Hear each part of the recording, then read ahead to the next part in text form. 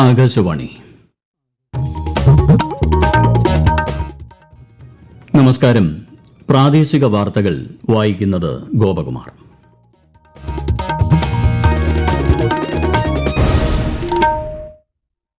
പ്രധാന വാർത്തകൾ. വിമർശനാത്മകമായി ചിന്തിക്കാനും ധാർമ്മികമായി പ്രവർത്തിക്കാനും വിദ്യാർത്ഥികളോട് ആഹ്വാനം ചെയ്ത് ഉപരാഷ്ട്രപതി CP രാധാകൃഷ്ണൻ. 2027 സെൻസസ് കേരളത്തിൽ 2 ഘട്ടങ്ങളിലായി സമ്പൂർണ്ണ ഡിജിറ്റൽ രീതിയിൽ നടത്താൻ തീരുമാനം. ആദ്യഘട്ടമായ ഹൌസ് ലിസ്റ്റിംഗും ഹൌസിംഗ് സെൻസസും ജൂലൈ 1 മുതൽ. കൊടും ചൂടിൽ അമർന്ന് കേരളം. മുഖ്യമന്ത്രി പിണറായി വിജയന്റെ നേതൃത്വത്തിൽ ഉന്നതതല യോഗം ചേർന്നു. ചൂട് മുന്നിൽ കണ്ട് തദ്ദേശ സ്ഥാപനങ്ങൾ പ്രാദേശിക കർമ്മ പദ്ധതി തയ്യാറാക്കാൻ നിർദ്ദേശം. പ്രധാനമന്ത്രി നരേന്ദ്രമോദിയുടെ പ്രതിമാസ റേഡിയോ പ്രഭാഷണ പരിപാടി മൻ കി ബാത്ത് നാളെ രാവിലെ 11 മണിക്ക്. തൃശൂരിൽ പൂര വിളംബരമായി. ചരിത്ര പ്രസിദ്ധമായ തൃശൂർ പൂരം നാളെ.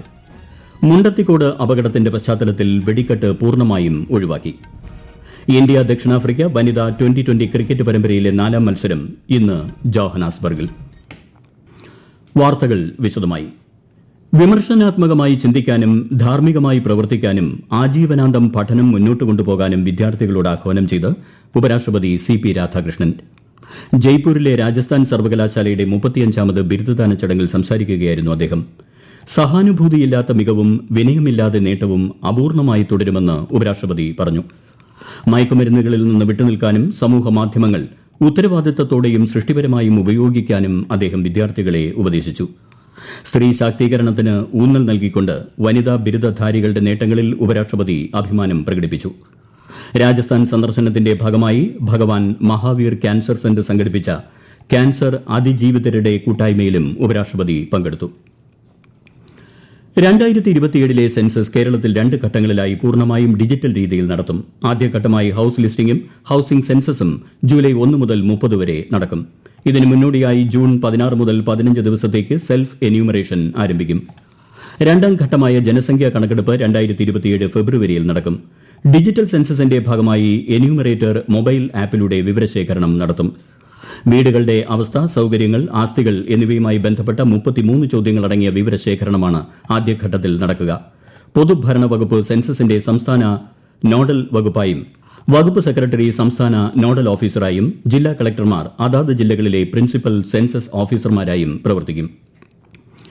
2027 സെൻസസിനായി എല്ലാ സംസ്ഥാനങ്ങളിലും കേന്ദ്രഭരണ പ്രദേശങ്ങളിലും 1855 എന്ന ദേശീയ toll free helpline number പ്രവർത്തനക്ഷമമായതായി രജിസ്ട്രാർ ജനറലിന്റെയും സെൻസസ് കമ്മീഷണറുടെയും ഓഫീസ് അറിയിച്ചു. വീടുകളുടെ പട്ടിക രേഖപ്പെടുത്തൽ, ഭവന സെൻസസ് എന്നിവയെക്കുറിച്ചുള്ള മാർഗനിർദ്ദേശങ്ങൾ പ്രാദേശിക ഭാഷകളിലും ഇംഗ്ലീഷിലും ഹെൽപ്പ് ലൈൻ നമ്പറിലൂടെ ഉറപ്പാക്കും. സംസ്ഥാനത്ത് കനത്ത ചൂട് തുടരുന്ന സാഹചര്യത്തിൽ ഉഷ്ണതരംഗ സാഹചര്യം വിലയിരുത്താനായി മുഖ്യമന്ത്രി പിണറായി വിജയന്റെ അധ്യക്ഷതയിൽ ഓൺലൈനായി ഉന്നതതല യോഗം ചേർന്നു. വിശദാംശങ്ങളിലേക്ക്. സംസ്ഥാനത്ത് ഉഷ്ണതരംഗത്തിന്റെ സാഹചര്യത്തിൽ പ്രധാന മാർക്കറ്റുകൾ, ബസ് സ്റ്റാൻഡുകൾ എന്നീ പൊതുയിടങ്ങളിൽ ആവശ്യത്തിന് വെള്ളം, ORS, സൂര്യാഘാത പ്രഥമ ശുശ്രൂഷ സൗകര്യങ്ങൾ എന്നിവ ഒരുക്കാൻ ഇന്ന് ചേർന്ന ഉന്നതതല യോഗത്തിൽ തീരുമാനമായി. ഉഷ്ണതരംഗ മുന്നറിയിപ്പുള്ള ഘട്ടങ്ങളിൽ പൊതുപരിപാടികൾ, സെലക്ഷൻ ട്രയലുകൾ, പകൽപൂരങ്ങൾ, കലാകായിക പരിപാടികൾ തുടങ്ങിയ പരിപാടികൾക്ക് കർശനമായ നിയന്ത്രണങ്ങളും വിലക്കുകളും ഏർപ്പെടുത്തും. വരും വർഷങ്ങളിലും ചൂട് വർദ്ധിക്കുമെന്നുള്ള പ്രവചനങ്ങൾ ഗൗരവമായി കണ്ട മുഴുവൻ തദ്ദേശ സ്വയംഭരണ സ്ഥാപനങ്ങളും പ്രാദേശിക ഹീറ്റ് ആക്ഷൻ പ്ലാനുകൾ തയ്യാറാക്കണം. പാമ്പുകടിയേറ്റാൽ സമയോചിതമായ ചികിത്സ ലഭ്യമാക്കാൻ എല്ലാ സംവിധാനവും ആരോഗ്യവകുപ്പ് ഒരുക്കണം. ദുരന്ത നിവാരണ അതോറിറ്റി AKMുമായി സഹകരിച്ച് പ്രദേശങ്ങളിലെ താപനില, ഉഷ്ണതരംഗ സാധ്യത തുടങ്ങിയവയുമായി ബന്ധപ്പെട്ട മേഖലകളിലെ ജനങ്ങൾക്ക് മെസ്സേജ് സംവിധാനം ഒരുക്കണമെന്നും മുഖ്യമന്ത്രി നിർദ്ദേശിച്ചു. സംസ്ഥാനത്ത് വേനൽ ചൂട് കടുക്കുന്ന സാഹചര്യത്തിൽ വിവിധ ജില്ലകളിൽ ഇന്ന് നിരവധി പേർക്ക് സൂര്യാതപവും സൂര്യാഘാതവുമേറ്റു. പത്തനംതിട്ട ഇലന്തൂരിൽ 70 വയസ്സുകാരിക്ക് സൂര്യാഘാതമേറ്റു. ഇടുക്കി ജില്ലയിൽ 2 പേർക്കാണ് ഇന്ന് സൂര്യാതപം ഏറ്റത്. കോഴിക്കോട് കൊടിയത്തൂരിലും ഒരു യുവാവിന് സൂര്യാതപമേറ്റു. സംസ്ഥാനത്തെ എല്ലാ സ്കൂളുകളിലും ഏപ്രിൽ മെയ് മാസങ്ങളിൽ നടത്തുന്ന പരിശീലന പരിപാടികൾ രാവിലെ 10:30 അവസാനിപ്പിക്കണമെന്ന് ബാലാവകാശ commission. NCC, SPC, scouts and guides parade, assembly, വിനോദയാത്രകൾ തുടങ്ങിയവ പൂർണ്ണമായും ഒഴിവാക്കണമെന്നും കമ്മീഷൻ ഉത്തരവിട്ടു. വേനൽ കടുത്തതോടെ പത്തനംതിട്ട ജില്ലയിലെ മലയോര മേഖല മാത്രമല്ല നദീതീരങ്ങൾ ഉൾപ്പെടെയുള്ള നിരവധി പ്രദേശങ്ങളിൽ കുടിവെള്ളക്ഷാമം രൂക്ഷമായി. കിണറുകൾ ഉൾപ്പെടെയുള്ള കുടിവെള്ള സ്രോതസ്സുകൾ വറ്റി വരളുകയും പമ്പ, അച്ചൻകോവിൽ, മണിമല തുടങ്ങിയ ജില്ലയിലെ 3 പ്രധാന നദികളിലെല്ലാം ജലനിരപ്പ് വളരെ താഴ്ന്ന അവസ്ഥയിലുമാണ്. കൂടുതൽ വിവരങ്ങളുമായി ആകാശവാണി പത്തനംതിട്ട ജില്ലാ പ്രതിനിധി ശ്രീജി എസ് ശ്രീധർ. പത്തനംതിട്ട ജില്ലയിൽ നഗര ഗ്രാമ വ്യത്യാസമില്ലാതെ പല പ്രദേശങ്ങളിലും കുടിവെള്ള ലഭ്യത വൻതോതിൽ കുറഞ്ഞു വരികയാണ്. ജില്ലയിൽ സ്ഥിതി ചെയ്യുന്ന കക്കി ആനത്തോട് ഡാമിൽ നിലവിൽ 29.74% ജലം മാത്രമാണ് ഉള്ളത്.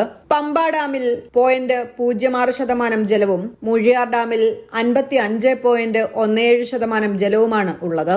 മണിയാർ ഡാമിൽ അറ്റകുറ്റപ്പണി നടന്നുവരുന്നതിനാൽ തുറന്ന നിലയിലാണ്. ജലക്ഷാമം കൃഷിയെയും സാരമായി ബാധിച്ചിട്ടുണ്ട്.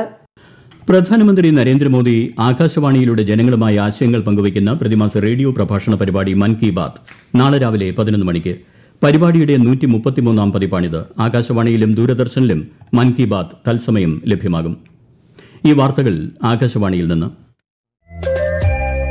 ആകാശവാണി വാർത്തകളും വാർത്താ അധിഷ്ഠിത പരിപാടികളും all India radio news Thiruvananthapuram YouTube ചാനലിലും all India radio news Thiruvananthapuram Facebook പേജിലും AIR ന്യൂസ് _തിരുവനന്തപുരം ഇൻസ്റ്റഗ്രാം അക്കൌണ്ടിലും AIR ന്യൂസ് _TVM X ഹാൻഡിലും ലഭ്യമാണ്. Kannur Anjarakandy dental college BDS വിദ്യാർത്ഥി നിധിൻ രാജിന്റെ മരണവുമായി ബന്ധപ്പെട്ട് ഡെന്റൽ കോളേജ് പാത്തോളജി വിഭാഗം മുൻ തലവൻ ഡോക്ടർ MK റാമിന്റെ മുൻകൂർ ജാമ്യാപേക്ഷ കോടതി തള്ളി. അതേസമയം ഓറൽ പാത്തോളജി വിഭാഗം അസോസിയേറ്റ് പ്രൊഫസർ ഡോക്ടർ സംഗീത നമ്പ്യാർക്ക് കോടതി ജാമ്യം അനുവദിച്ചു. തലശ്ശേരി അഡീഷണൽ ജില്ലാ കോടതിയാണ് ഇരുവരുടെയും മുൻകൂർ ജാമ്യാപേക്ഷ പരിഗണിച്ചത്. നെയ്ത്തല കാവിലമ്മയുടെ തിടമ്പുമേന്തി ഗജവീരൻ എറണാകുളം ശിവകുമാർ തെക്കേ ഗോപുരനട തുറന്നതോടെയാണ് പൂര വിളംബരം നടന്നത്. നാളെയാണ് ചരിത്രപ്രസിദ്ധമായ തൃശൂർ പൂരം. വിശദാംശങ്ങളുമായി ആകാശവാണി തൃശൂർ ജില്ലാ പ്രതിനിധി ഭരിത പ്രതാപ്. മേളമൊഴിയാത്ത പൂരരാവുകൾക്കായി വടക്കുന്നാഥന്റെ സന്നിധി ഇനി സാക്ഷ്യം വഹിക്കുകയാണ്. മുണ്ടത്തിക്കോട് വെടിക്കെട്ട് അപകടത്തിന്റെ പശ്ചാത്തലത്തിൽ വെടിക്കെട്ട് പൂർണ്ണമായും ഒഴിവാക്കിയും കുടമാറ്റത്തിന്റെ സമയം വെട്ടിക്കുറച്ചുമാണ് ഇത്തവണത്തെ തൃശൂർ പൂരം അരങ്ങേറുന്നത്. കത്തുന്ന വേനൽ ചൂടിലും ആയിരങ്ങളാണ് തെക്കേ ഗോപുര നട തുറക്കുന്ന പൂര വിളംബര ചടങ്ങ് വീക്ഷിക്കുന്നതിനായി എത്തിച്ചേർന്നത്.